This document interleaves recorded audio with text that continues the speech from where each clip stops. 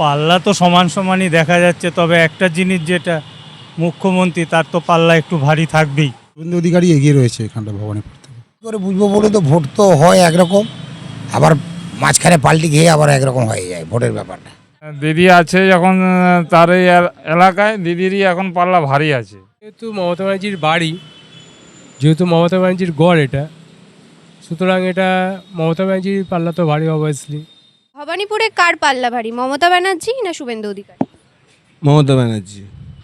তো তৃণমূল থেকে দাঁড়িয়েছেন আপনার মমতা ব্যানার্জি, আমাদের যিনি মুখ্যমন্ত্রী, আর বিজেপির থেকে দাঁড়িয়েছেন শুভেন্দু অধিকারী। কি মনে হচ্ছে তাহলে কোন দিকে পাল্লা ভারী?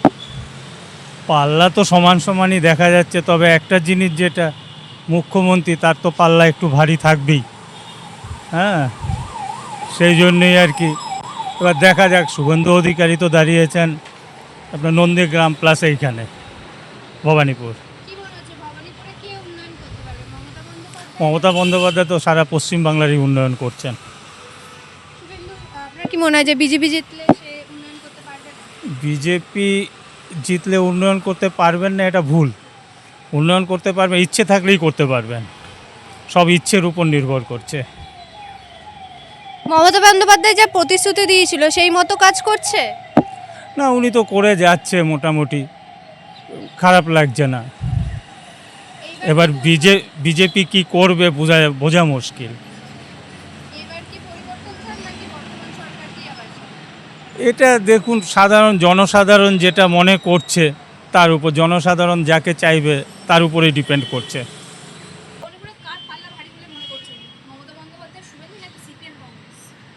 এখন যা আবহাওয়া সেই হিসাবে তো শুভেন্দু অধিকারী এগিয়ে রয়েছে এখানটা ভবানীপুর থেকে। আমরা তো এখন প্রার্থী থেকেই ভোট দেবো।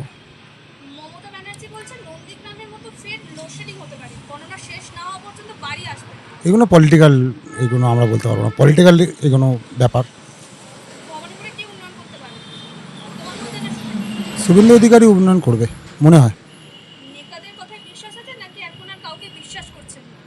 না, সবই নেতাকে খারাপ বলা যায় না, একজন দুজন বাদে সবাই তো ভালোই আছে, সবই নেতা খারাপ হয় না।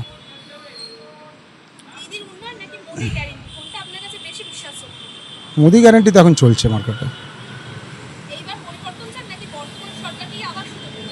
পরিবর্তন হলেই ভালো, বেটার। আমার নাম ভরত রায়। এখন পাল্লা কী করে বুঝবো বলে তো ভোট তো হয় একরকম, আবার মাঝখানে পাল্টি খেয়ে আবার একরকম হয়ে যায় ভোটের ব্যাপারটা। আমি যে দল করি না কেন, আমি সেই দলে ভোট দিই আমি। এখন মানুষই বলতে পারবে কে উন্নয়ন করতে পারবে কি না করতে পারবে, মানুষই শেষ কথা বলবে। যা পরিস্থিতি চলছে এখন সরকারের, মানুষই বিচার করবে।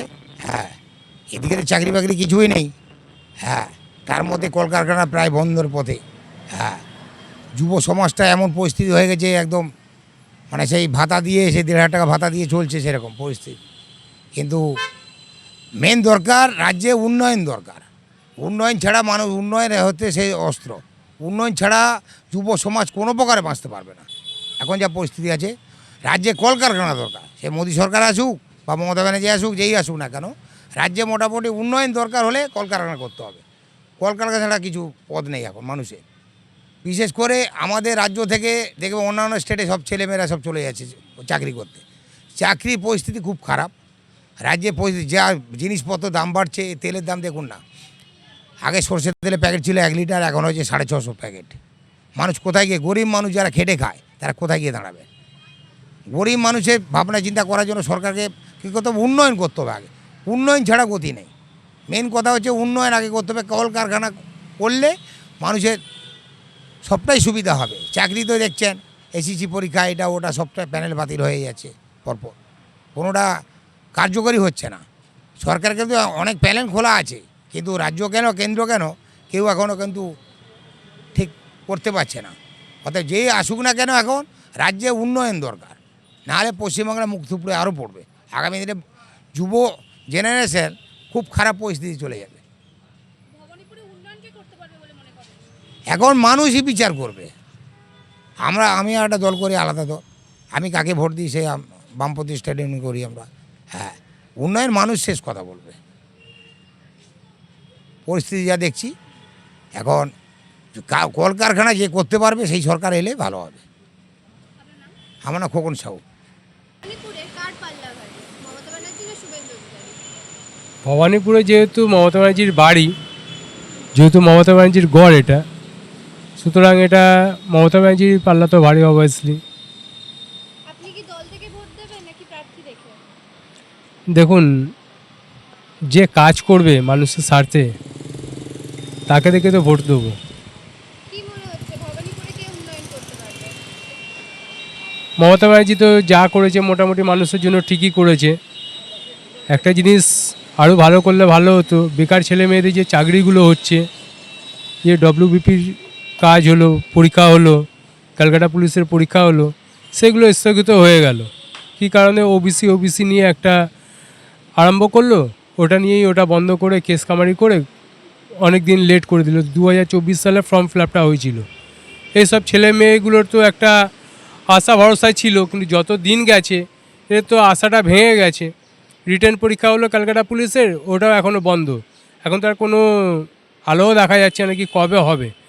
এবার যে পার্টি আসবে সেই ছেলে মেয়েগুলো কি আদৌ প্রিপারেশান নিতে পারছে কি মাঠের রিক্রুটমেন্টের নেওয়ার জন্য, ইয়া পরীক্ষা রিটেন পরীক্ষা দেওয়ার জন্য? তাদের মনোবলটা কোথায় গেল?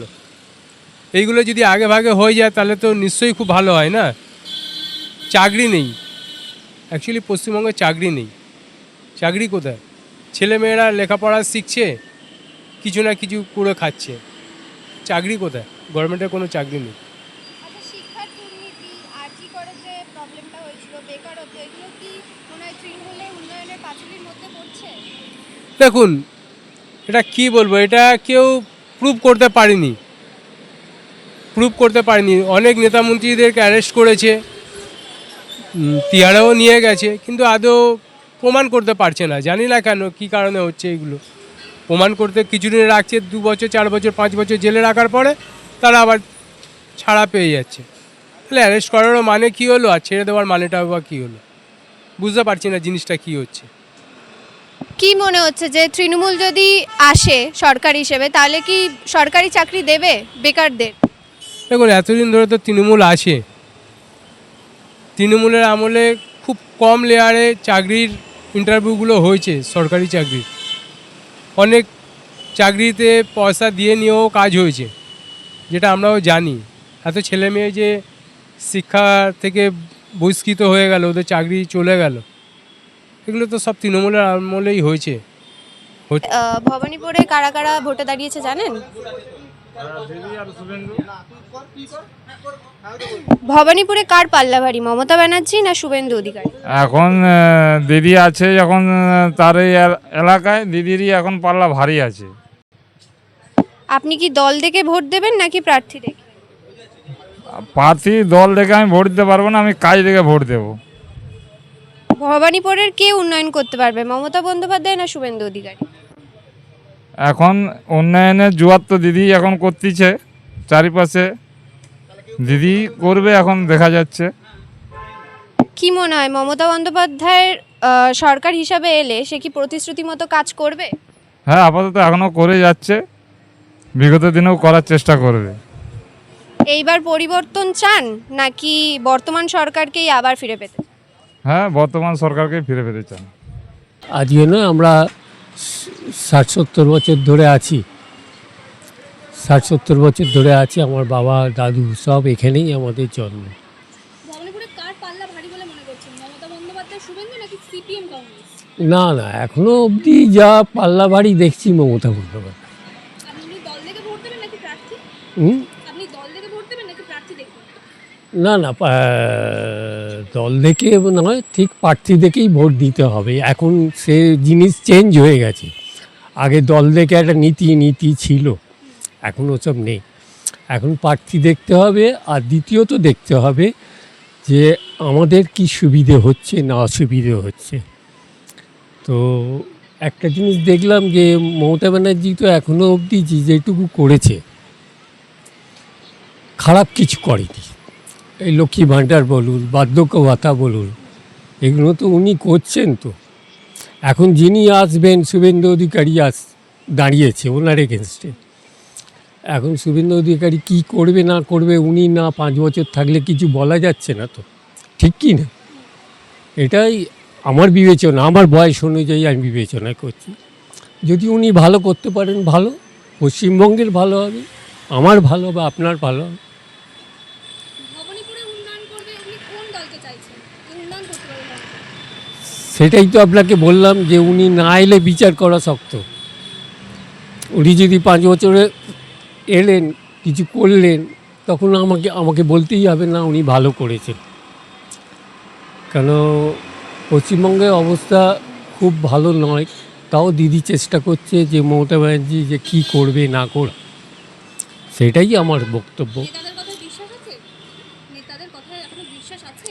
নেতাদের কথায় বিশ্বাস তো করি না, আর নেই। আগে ছিল, আগে নেতারা ছিল, তারা জনগণের হয়ে কাজ করতো। এখন তো সেসব আর চেঞ্জ হয়ে গেছে সব। যেটুকু করেছে আমি বললাম। শিক্ষা দুর্নীতি, আরজিকর ইস্যু, বেকারত্ব, এগুলো কি উন্নয়ন পাঁচালীর মধ্যে পড়ে? একদমই না। আরজিকরটা তো খুব বাজে একটা জিনিস হয়ে গেছে। একটা ভালো মেয়ে সে চলে গেল, তো বলতেই হবে যে খারাপ ওটা। এবার পরিবর্তন চান নাকি বর্তমান সরকারকেই আবার সুযোগ দিতে চান? সে তো দেখুন 2011 সালে বামফ্রন্ট ছিল, 34 বছর রাজত্ব করেছে।